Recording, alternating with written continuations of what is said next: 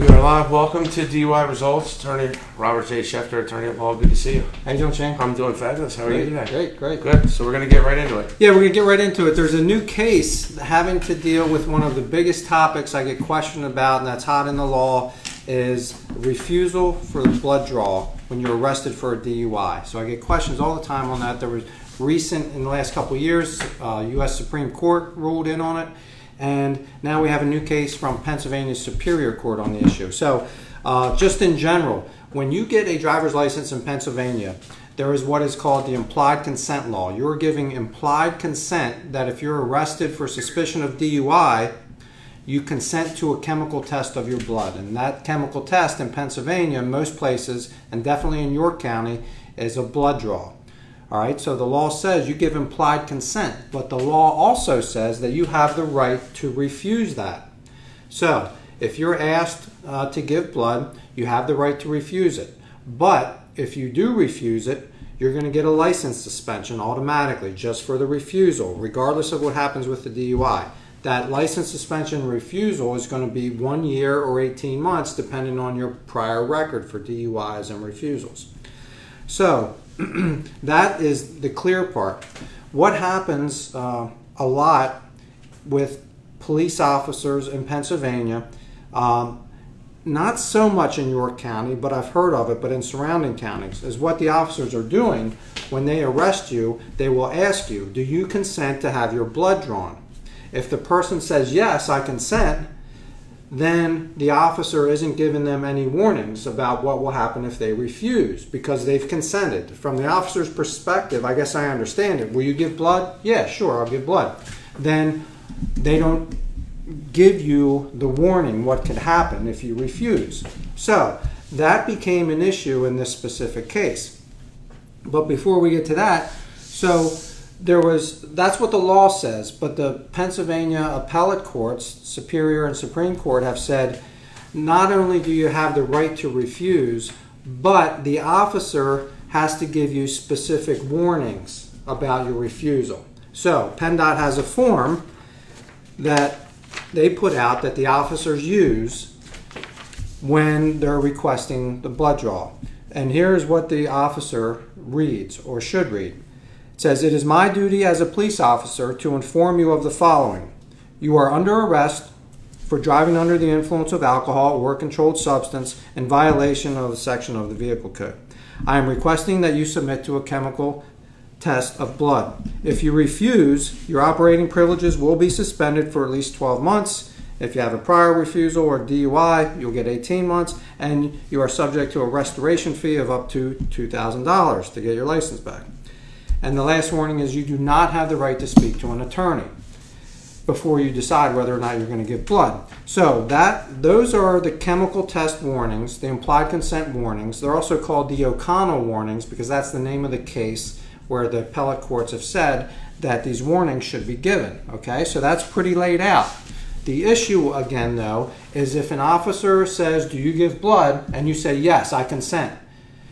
Then does the officer still have to give you warnings what could happen if you refuse? All right, so the officers were getting around these warnings if they would just ask the person, do you consent to giving blood? Yes, and then they never gave the warnings. So what is critical is now we have an appellate court case that says the officer is required to give this warning, even if the person consents right away. All right? So what happens is, in the case where the court ruled this, all the evidence is going to be suppressed. It's getting sent back down to the trial court, and that case is likely to be dismissed because they did not give the person warning. So I shouldn't say completely dismissed. They'll suppress the blood test results. The Commonwealth will not be able to use the blood test results because they're going to be suppressed because the proper warning was not given. So this case is huge. So moving forward, all police officers in the Commonwealth are going to be required to give the specific blood test warnings that they have in use, but some departments, again, were trying to get around it, or not even, I don't know if I need to give a negative connotation to it, but maybe they thought they didn't have to give the warnings if the person says, yes, I consent right up front. So now we have clarity on that issue. Another interesting issue that could come down the road is if the officer gives the warnings, do they have to use this specific form? There's nothing in the law that says that this form is required. They read you these warnings and then they ask you to sign. So I can see a case coming down the road where an officer says, yes, I gave the chemical test warnings. I told them they were under arrest for DUI. We're requesting a blood draw. If you refuse, you're going to get a suspension of 12 or 18 months and face a restoration fee of up to $2,000. You do not have the right to speak to an attorney before you decide. But they don't use the form. So that case, I think, probably would be in favor of the Commonwealth, saying, all right, they didn't use the form, but they gave the required warnings. So that might be the next case. But this case, again, the point is the officer has to give you the warnings that are read about a refusal, even if you would consent and agree right up front. You say, hey, I don't need any warnings, I'll give the blood. They have to give you the warnings because it's your constitutional right to refuse. So if you consent and then they give you the warning, say, oh, I'll just lose my license for a year, so maybe I'll refuse. They have to let you know about it, even if you've agreed. So how that affects my practice, obviously, is I'm going to be making sure in each case that we review that. Okay, did the officer give you the warnings? And if they didn't, then we may have a challenge. So that is an update on the refusals. Now, I always get questions. Should I give blood or should I refuse? So, again, you need to know that if you refuse, you're going to get a license suspension of 12 or 18 months. If it's a first offense, it's definitely 12. If it's second or more, you're going to get 18 months. The likelihood, then, is that they're probably still going to charge you with a DUI, depending on what other evidence they have. Do they have field sobriety tests? Do they have an odor of alcohol or drugs, marijuana? Is there bad driving involved? Did you admit that you drank or smoked? Those sort of things. So you might still get the DUI charge on top of the suspension. But what is really important is if you refuse a blood draw, the new law meaning a year or two ago, the officer then has the right to get a search warrant. If they get a search warrant, then they're going to present you with that, and most people at that point are going to consent, say, all right, you have this warrant, I'll give blood. So then you're really hurt because you're getting a license suspension for the refusal, and then they still get your blood. So it's a tough question. Where it really comes in is with straight marijuana cases.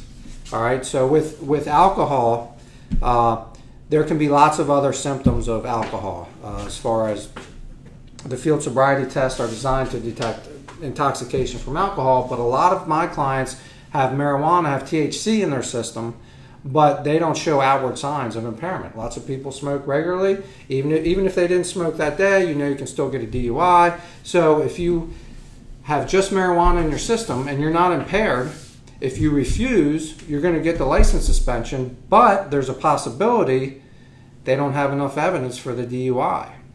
Because how are they going to prove that you ingested marijuana if they don't have the blood test results? So that's more of a close call. It's a personal decision. But you need to know that if they go get a warrant, then you're going to be stuck in trouble. So, again, happy to answer any questions on that, but really that's all the basic information for the refusals and an update on the law. Nice. If you all have any questions, please send your questions through. And if you could please share this, because you might have a friend that could use these services and they're probably not going to tell you. So sharing this out. But if you have any questions about the law, have any questions about a case. So what kind of cases, if somebody had a case going on, is there any cases that somebody, like if they were doing it on their own and they said, well, gosh, I want to get an attorney and can I go to the next level? Or what's the too late or not too late? It's never too late unless the case is completely over. I mean, you can be, it doesn't matter how far along you are in the system, you always have the right to an attorney. Now, you may not get a continuance. Like if you come hire me the day before trial and I said, well, I can't be ready. The judge isn't going to give us a continuance if you wait till the day before trial. Okay. Now, I'm not saying I won't represent you, because depending on what the case is, maybe we can get up to speed, but it's unlikely. And is there some way someone could go through a trial and appeal that trial? Sure. You always have the right to appeal. So you could go, whether it's at the district justice level for a speeding ticket, that can be appealed to the Court of Common Pleas. That same speeding ticket, if you're convicted again, can be appealed to the Pennsylvania Superior Court. And then you could appeal to this. You could appeal a speeding ticket to the Pennsylvania Supreme Court for the ticket. So any conviction can be appealed. Now you run out of appeals once you get so hot. Right, I mean, you try to take it to the Supreme Court. Right. But, they decide what cases they're going to take and not take. So it's never too late to hire an attorney, and you do have appeal rights, and we can go over all of that. So, sounds good. I appreciate all of you. Appreciate your questions.